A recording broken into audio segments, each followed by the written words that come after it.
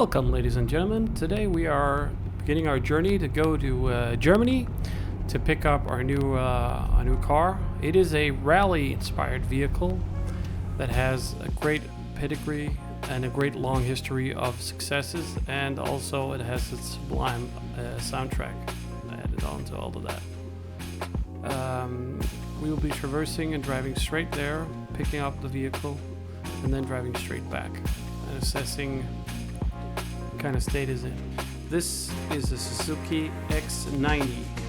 It is a very quirky and weird car, which is why I had to share it. I had to drop up some wheels over here on the way, and I just came across this by accident. It has a Targa top roof as well, removable, and it has, technically, it's a T-top. Look at it. The condition of it is absolutely mint, both inside and outside. It has all the original stickers and stuff like that. Interior mint, and on top of that, super low mileage. And you can see here the gear lever, which you can disengage the gear to and select both two-wheel drive, four-wheel drive, high and low.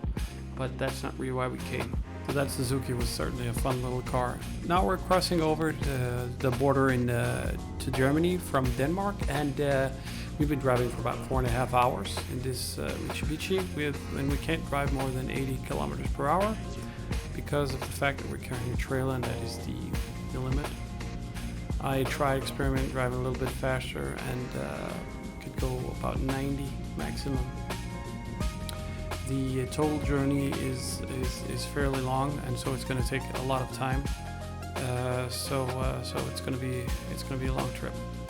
Total kilometers is about 1,300 kilometers. So I want you to guess the car.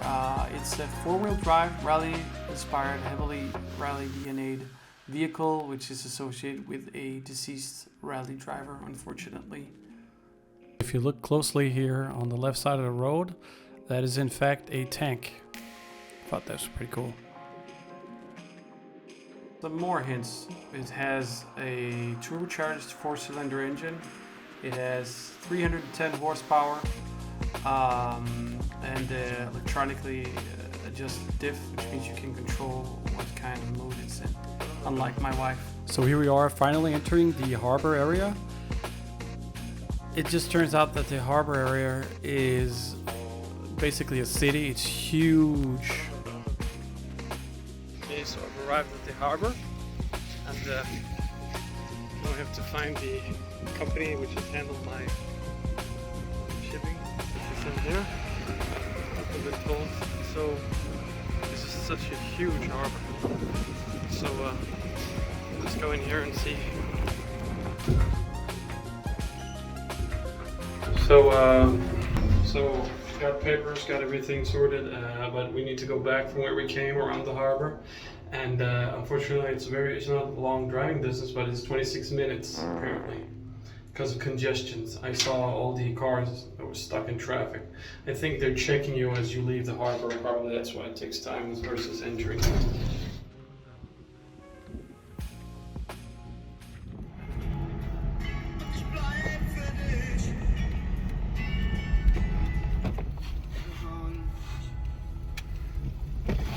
Okay. On the clarity. That's funny.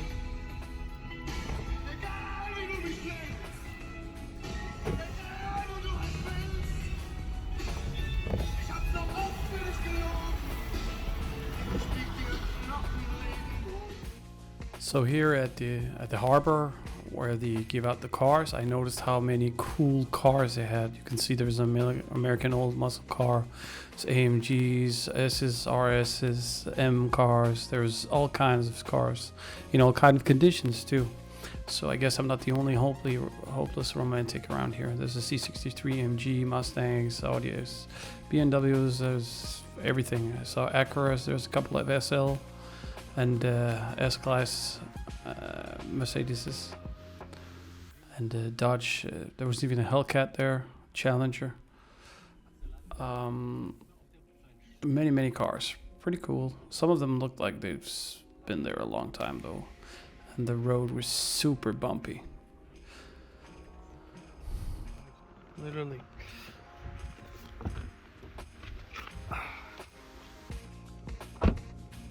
Sure is the right car for the job, that's for sure.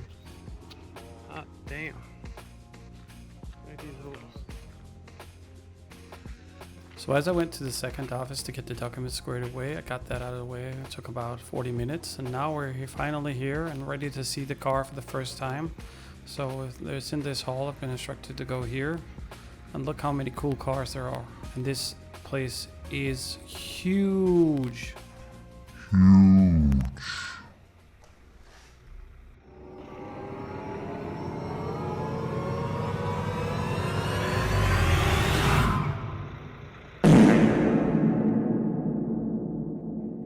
So I was approached and told I couldn't record getting the actual car, so I deeply apologize for this reveal done in this way, but unfortunately I did record getting the car, but I was told to delete it because they prohibit recording inside the hall. So I'm very sorry to do it this way, but here it is. I guess you still can have some guess what it is. So if you guess what it is, write it down in the comments below. And don't cheat. So pause the video, write what it is, and let's see if you get it right. You get to hear the engine pretty soon, and that'll help you guess even more.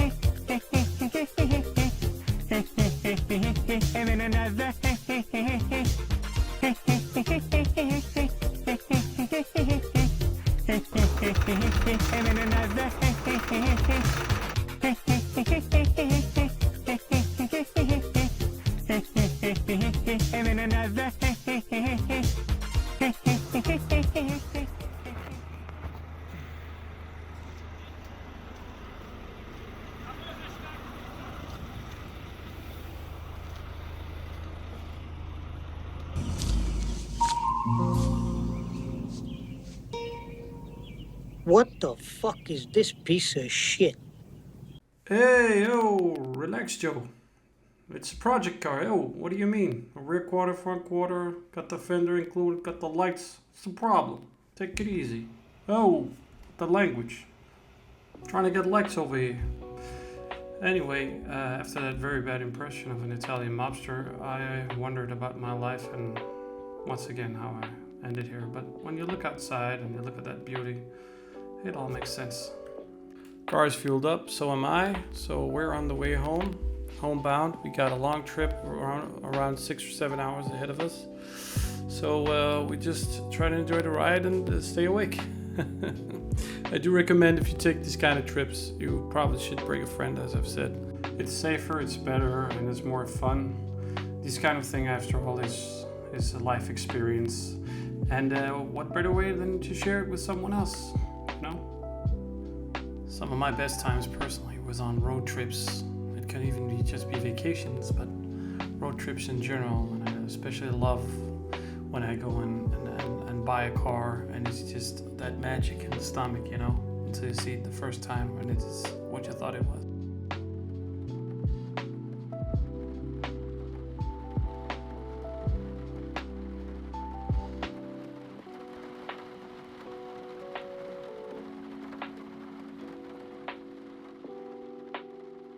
Once again, we have to visit a fuel station because this car is an alcoholic, and so I need to indulge it so it doesn't get drawbacks or leave me stranded. It's been around 21, 22 hours, and we're nearing home. It's like 2, 3 o'clock in the night. I got a little sleep. We're at the shop. Gonna unload the car. There is no oil in it like it says on the window. Unfortunate that I turned it on yesterday, but I just put oil in it. And now we'll just get it off and get it in, and we'll see what we bought. I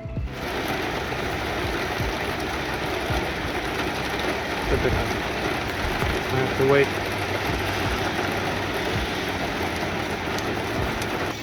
I have to wait.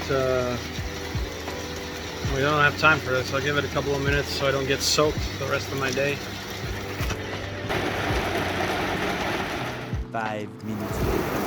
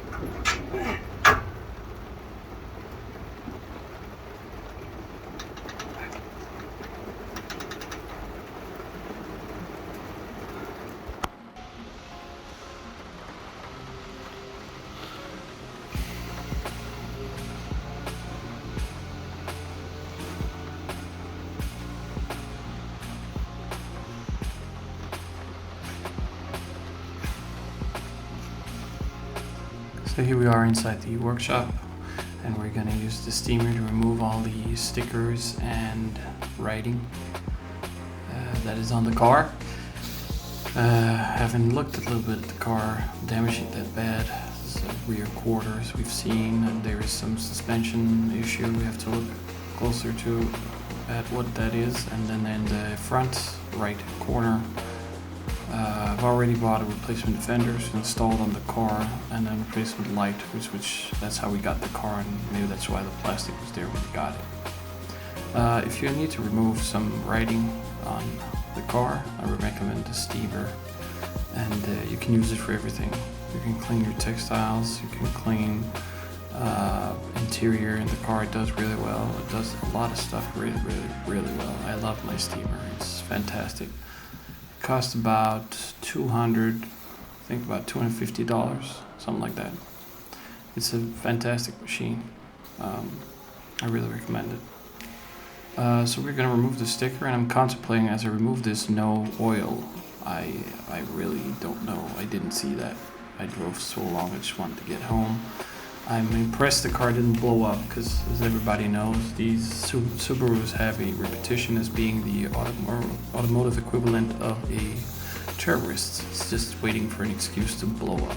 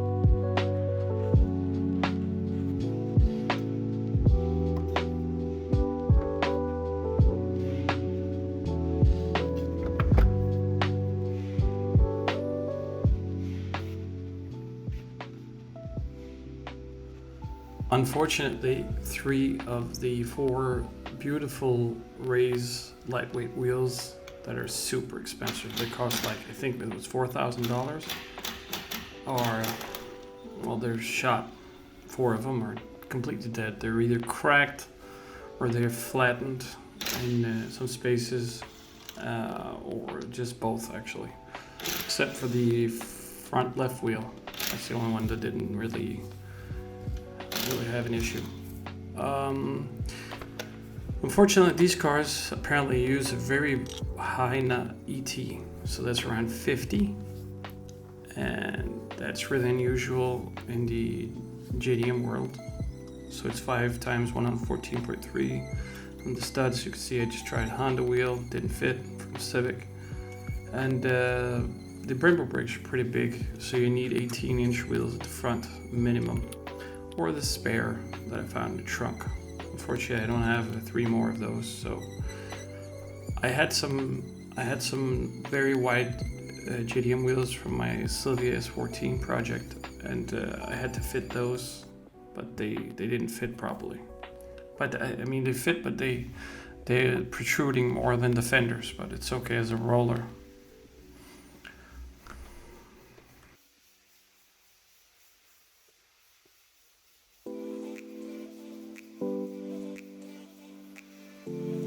As you can see here, unfortunately, they are original.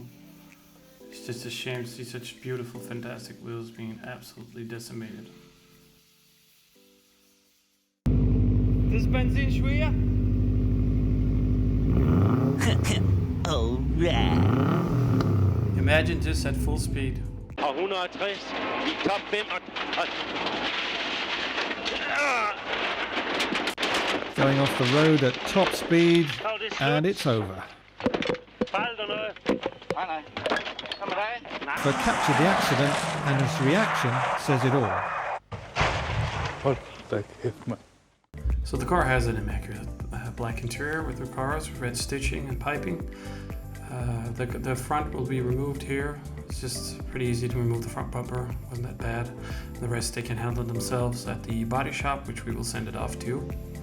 I would appreciate if you'd like and subscribe to the channel to further improve the YouTube algorithm, especially difficult here in the beginning.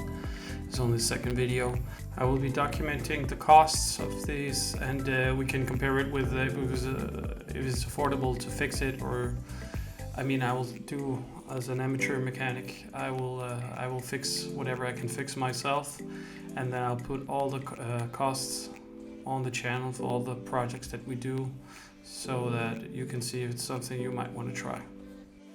Welcome to another episode of Stupid Ideas. Another one. We need ideas for wheels. We desperately need to make the wheels, fix those. I was thinking to paint the carbon fiber hood after I fix it. I don't really like the Fast and Furious look.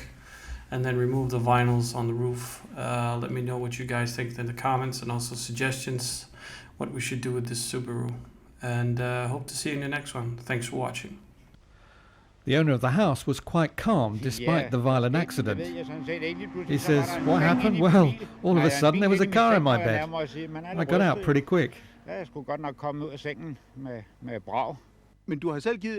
You gave permission for them to drive rally here today? Yes, I was quite happy to do that. This is just an unfortunate accident.